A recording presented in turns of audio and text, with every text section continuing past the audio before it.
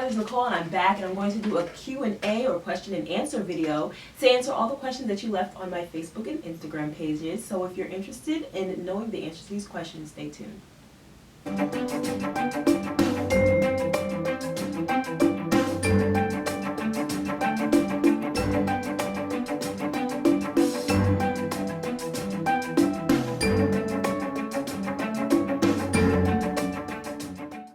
Okay, so I'm going to start off with the questions that were left on my Facebook page. And if you're not following me on Facebook, I'm half mom, half amazing there as well. So it's Facebook, www.facebook.com/half mom, half amazing blog.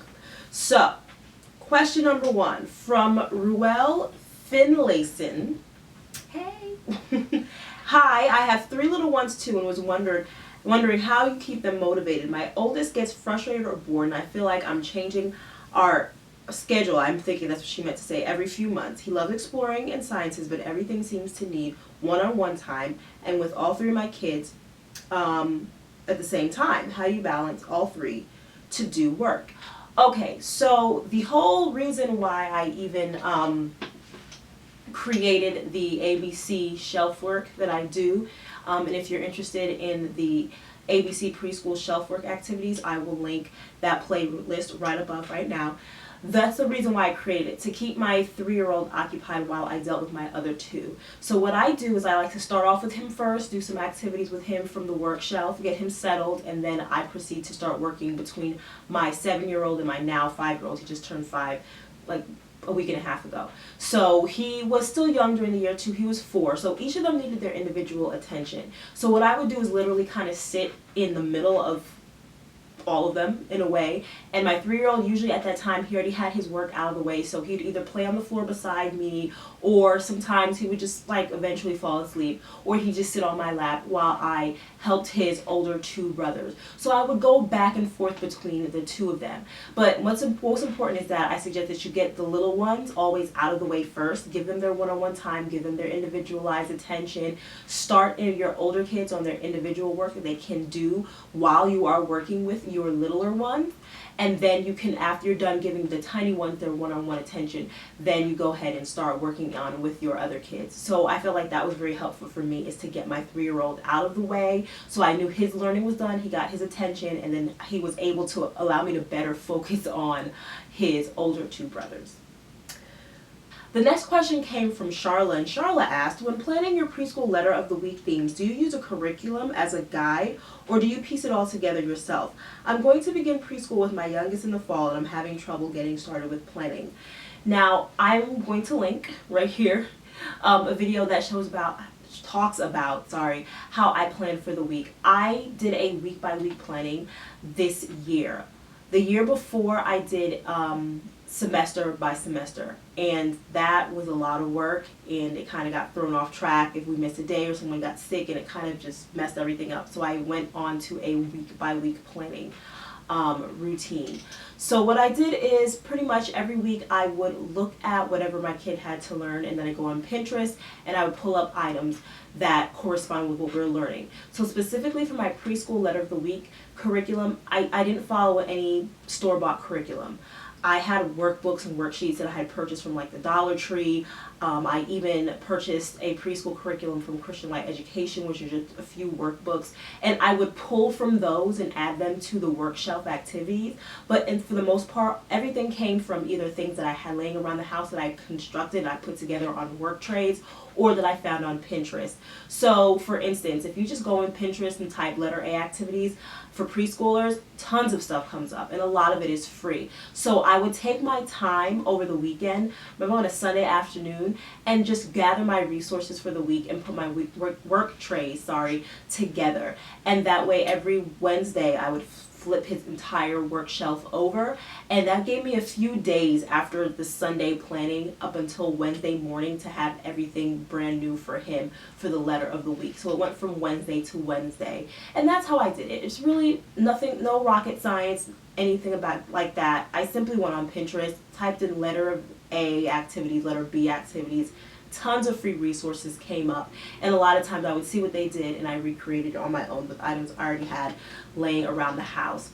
Another person that really inspired me to do Montessori inspired shelf work was JDA, and I will link her channel right here in the info bar right here. And she has tons of resources on her blog as well.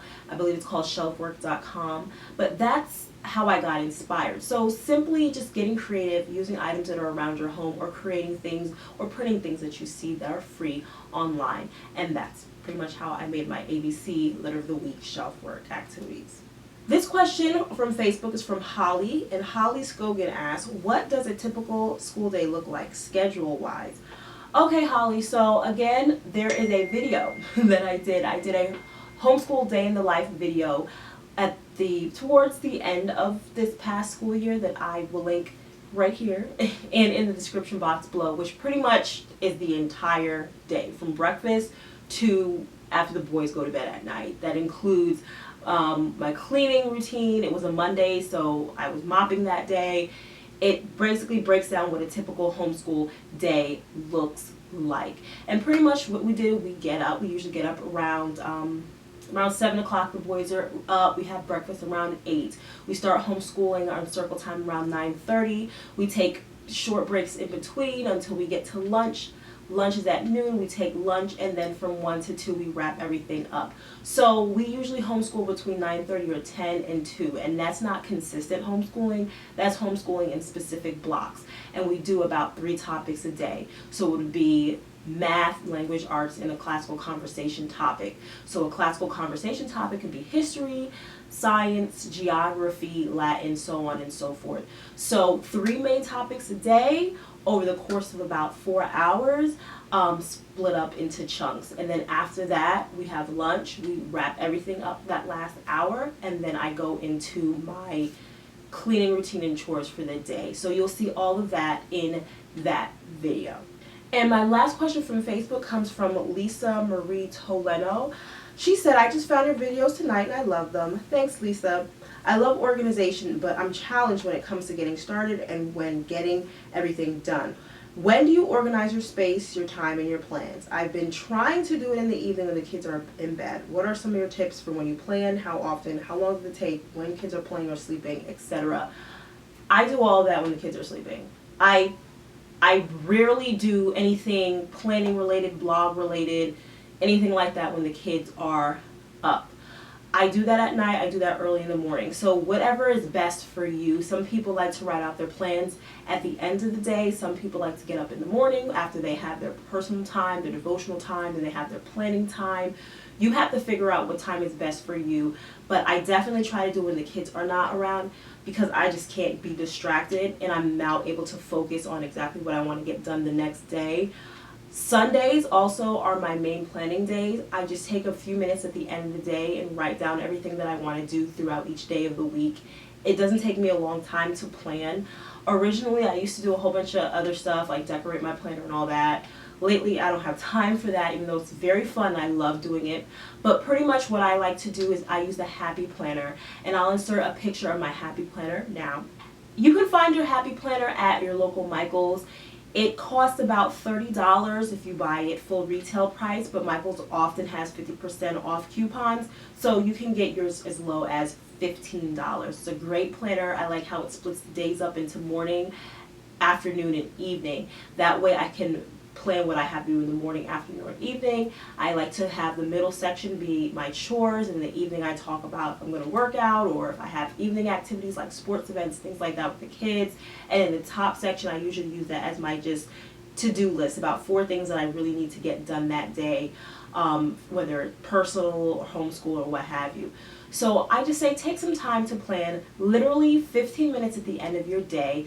I read an article that actually says that the most successful people in the world do that every night. They reflect on their day and they reflect on the things they would like to accomplish for the next day. So if you could just take 15 minutes a day at the end of your day and write out what you would like to accomplish the next day, it would make a huge difference. Okay, jumping on over to my Instagram, because I know I have a few questions over there.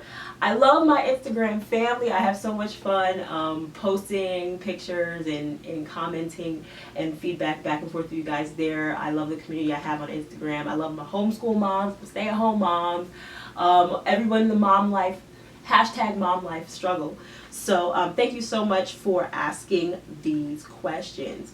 So here they go. Starting from the top, I have Southern Homemaking. Hey girl.